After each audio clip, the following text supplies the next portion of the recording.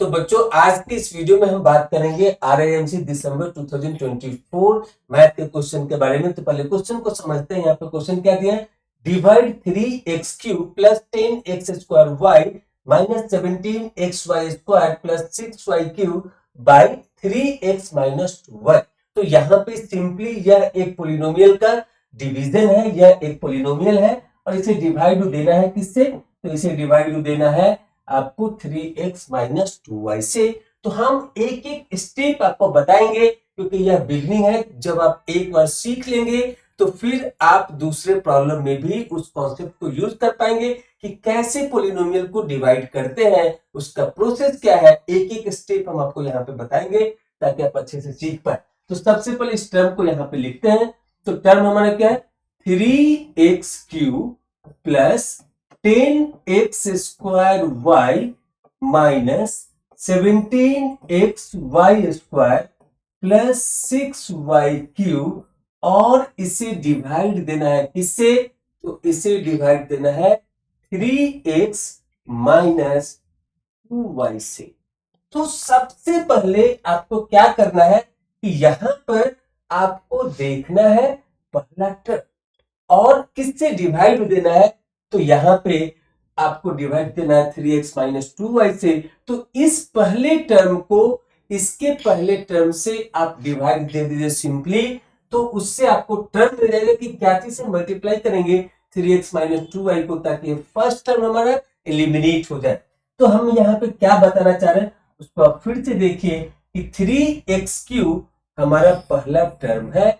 इसको अगर आप इसके पहले टर्म 3x से डिवाइड देंगे तो क्या मिलेगा, तो सिंपली मिलेगा आपको x²। इसका मतलब क्या है कि ये x² से आपको इसे मल्टीप्लाई करना है।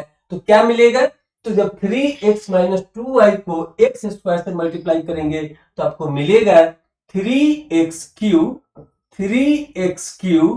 Minus 2x² y minus 2x² y। अब यहां पर थोड़ा सा इस प्रोसेस को समझिए कि कैसे हम लोग इसे प्रोसीड करते हैं। सो सिंपली मैं एक एग्जांपल के थ्रू आपको ये कॉन्सेप्ट को बताना चाहता हूं कि मान लीजिए कि हमें यहाँ पे एक टर्म दिया हुआ है x² प्लस y और इसमें से हमें किसी चीज को सब्ट्रैक्ट करना है। So for example I want to subtract 2x minus y। तो यहां पर क्या लिखते हैं कि अगर इसको इसमें से सब्ट्रैक्ट करना है तो यहां पे लिखते हैं माइनस 2x माइनस y।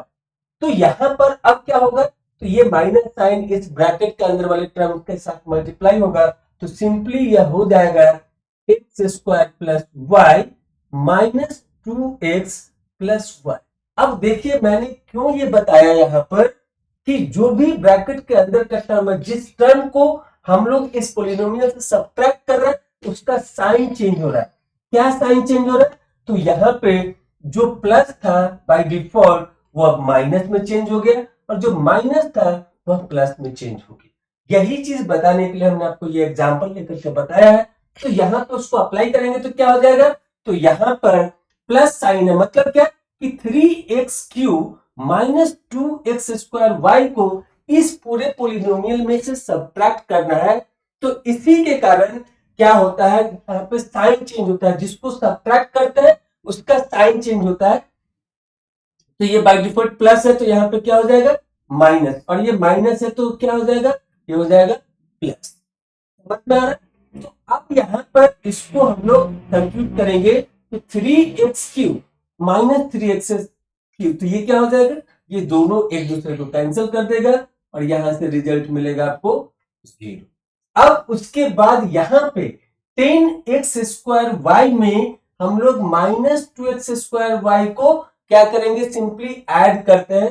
तो यहां पर रिजल्ट क्या मिलेगा, तो यह प्लस साइन इसके साथ आ जाएगा। So 10x² minus of minus will become plus, so that is the reason here we have taken plus. तो 10 प्लस 2 ये हो जाएगा 12x² y। तो यह चीज आपको हमेशा याद रखना है। सिर्फ हमने यहाँ पे प्रोसेस के साथ आपको बताया कि साइन क्यों चेंज होता है। तो जो प्लस रहेगा वो माइनस हो जाएगा, जो माइनस रहेगा वो प्लस हो जाएगा। किसका? तो जिसको हम लोग इस पोलिनोमियल में से सब्ट्रैक्ट करते हैं उसका। और इसके अकॉर्डिंग जो साइन चेंज हो रहा है इसके अकॉर्डिंग मैथमेटिकली हम लोग यहाँ पे प्रोसीड करते हैं, ना कि उसके बाय डिफॉल्ट साइन के अकॉर्डिंग। तो 3x³ माइनस 3x³ तो 0 हो गया। फिर उसके 10x² ये टर्म के साथ ये टर्म के साथ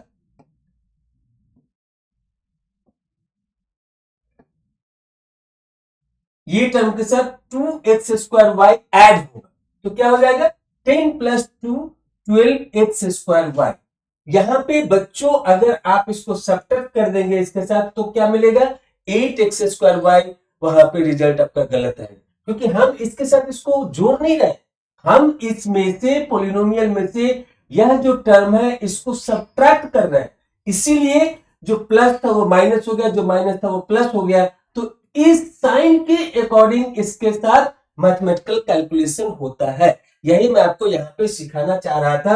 तो अब क्या हो जाएगा 10 प्लस 2 12x²y, और फिर अगला टर्म यहाँ पे आएगा। तो अगला टर्म क्या है -17xy²। तो आप पहले इसको इरेज कर लेते हैं, फिर उसके बाद हम आपको आगे का स्टेप फिर बताएंगे कि कैसे उसको प्रोसीड करना है। क्योंकि एक बार अगर आप इन चीजों को सीख लेते हैं तो फिर बार बार गलतियां नहीं होगी आपसे। तो यहाँ पे अब जो मुझे इससे देना है, यहाँ पे डिवीजन करना है, तो क्या टर्म ऐसा ले। तो यहाँ पर ये लिखना भूल गए थे, ये हो जाएगा x² यहाँ पे। अब यहाँ पे 12x² हमारा फर्स्ट टर्म है और इसका फर्स्ट टर्म है 3x। तो इसके फर्स्ट टर्म को इसके फर्स्ट टर्म से डिवाइड करेंगे तो क्या मिलेगा, तो यहाँ पे मिलेगा 12x² डिवाइड बाय 3x। तो यहाँ पे मिलेगा आपको, ये हो गया 4, ये हो गया x, तो 4xy। तो यहाँ पे 4xy हमारा कोसेंट आ गया। तो इसी 4xy से इस 3x माइनस 2y को मल्टीप्लाई करेंगे तो क्या मिलेगा, तो 3 4 जा 12। सो यहाँ पे लिखेंगे 12, उसके बाद फिर मिलेगा x into x, it will become x² into y। उसके बाद फिर माइनस साइन है, सो माइनस, तो यहाँ पे 4 इंटू 2 क्या हो जाएगा, तो ये हो जाएगा 8। उसके बाद फिर मिलेगा x इंटू y क्या हो जाएगा, तो -8xy²। तो यह अब यहाँ पे नेक्स्ट लेवल का जो काम होगा वो क्या होगा, तो यहाँ पे फिर से साइन चेंज हो जाएगा। यहाँ पे बाय डिफॉल्ट प्लस है तो ये माइनस हो जाएगा, ये माइनस है तो क्या हो जाएगा प्लस हो जाएगा। तो 12x² माइनस 12x², तो यह रिजल्ट क्या देगा यहाँ पे, तो ये देगा 0। उसके बाद यहाँ पर -17xy² है और इसमें से +8xy² करना है।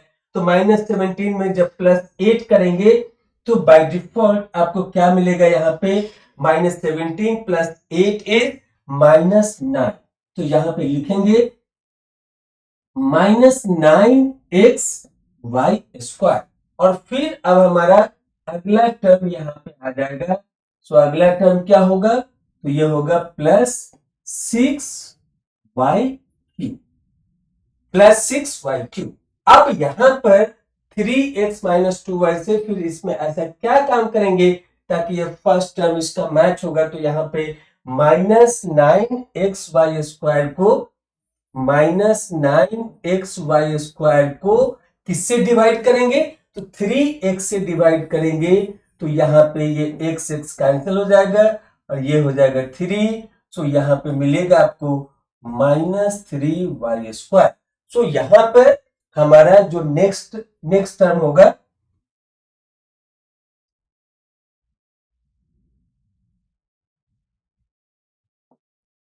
तो यहां पर जो नेक्स्ट टर्म हम लेंगे वो होगा -3y²। तो ये -3y² से 3x माइनस 2y को मल्टीप्लाई करेंगे पहले, तो क्या हो जाएगा 3 3 जा 9, सो माइनस -9xy² मिल जाएगा। उसके बाद फिर -3y² को -2y से मल्टीप्लाई करेंगे तो माइनस माइनस क्या हो जाएगा, प्लस हो जाएगा। 2 इंटू 3 क्या हो जाएगा, 6 हो जाएगा। तो यहां पे लिखेंगे 6 और y इंटू y² क्या हो जाएगा, ये हो जाएगा y³। अब देखिए यहां पे आपको ये दिख रहा होगा,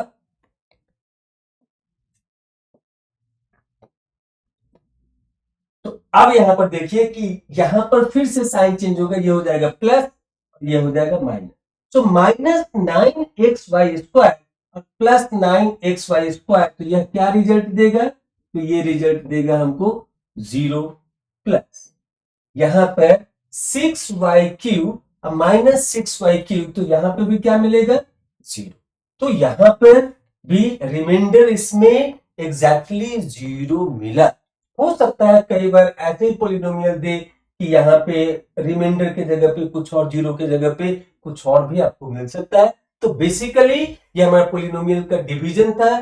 कैसे मेनली यहाँ पे चेक करना है कि हम क्या ऐसा क्वेश्चन का टर्म लेंगे ताकि इस पॉलिनोमियल का टर्म हमारा उसमें से एलिमिनेट होते चला जाएगा, कैंसिल होते चला जाएगा, वही मेन है। तो उसको निकालने के लिए सिंपल सा प्रोसेस हमने आपको बताया कि इस पॉलिनोमियल के फर्स्ट टर्म को जिससे हमें डिवाइड देना है, डिवाइडर के फर्स्ट टर्म से आप डिवाइड दे करके टर्म वहां पर निकालिए, उससे इस टर्म को मल्टीप्लाई करिए और फिर यहाँ पे क्वोशिएंट को भी लिखते जाइए और तब ये डिवीजन को प्रोसीड करते जाइए। तो इस तरीके से यह हमारा हो गया, क्या हो गया, क्वोशिएंट हो गया, ये हमारा डिवाइजर हो गया और यहाँ पे ये हमारा रिमाइंडर हो गया 0। So I hope you understand this method with much of clarity। यही स्टेप आपको जानना है क्योंकि एग्जाम में बच्चे इस तरीके के क्वेश्चन में हड़बड़ी में गड़बड़ी कर जाते हैं। तो आप जितना पहले से प्रैक्टिस करके रखेंगे उतना ही ज्यादा अच्छा हेल्पफुल होगा एग्जाम में, ताकि आपसे गलतियां नहीं होगी। आपको प्रोसेस पता होना चाहिए, आपको मेथड पता होना चाहिए और इस तरीके का जो भी हमने बताया वह अगर आप सीख लेते हैं तो आप श्योर शॉट वहां पे सही करके आएंगे। और यह 5 मार्क्स में अगर पूछा है और इस तरीके से अगर आप क्लैरिटी के साथ स्टेप वाइज करते हैं तो आपको 5 में 5 मिलेगा यहाँ पे और आप अपने मैथमेटिक्स को स्ट्रॉन्ग भी साथ में कर रहे हैं। So thank you for watching this video, thank you again.